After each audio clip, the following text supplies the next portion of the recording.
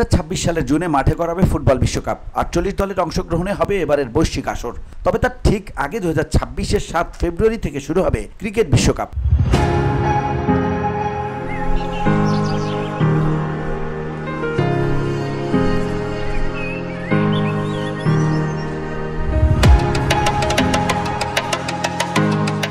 টি-20 সংস্করণের এই বিশ্বকাপে অংশ নেবে 20টি দেশ। খুব অল্প সময়ের ব্যবধানে মাঠে গড়াবে ক্রিকেট ও ফুটবল বিশ্বকাপ। দর্শকের মনে একটা প্রশ্ন জাগতে পারে, কোন কোন দেশ এবারের ক্রিকেট ও ফুটবল দুই বিশ্বকাপেই খেলবে? সেই সংখ্যাটা অবশ্য খুব বেশি নয়। মাত্র 7টি দেশ 2026 ক্রিকেট ও ফুটবল বিশ্বকাপ খেলার যোগ্যতা অর্জন করেছে। 2026 টি-20 বিশ্বকাপ ও ফুটবল বিশ্বকাপ খেলার যোগ্যতা অর্জন করা 7 দেশ হল দক্ষিণ আফ্রিকা, কানাডা, যুক্তরাষ্ট্র, অস্ট্রেলিয়া, নেদারল্যান্ডস, নিউজিল্যান্ড ও ইংল্যান্ড।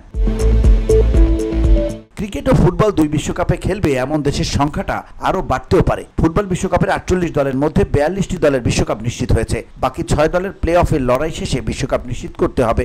এই প্লে অফের লড়াইয়ে আছে ইতালি, নর্দার্ন আয়ারল্যান্ড ও জামাইকা। ইতালি এবার প্রথমবারের মতো টি-20 বিশ্বকাপ খেলবে।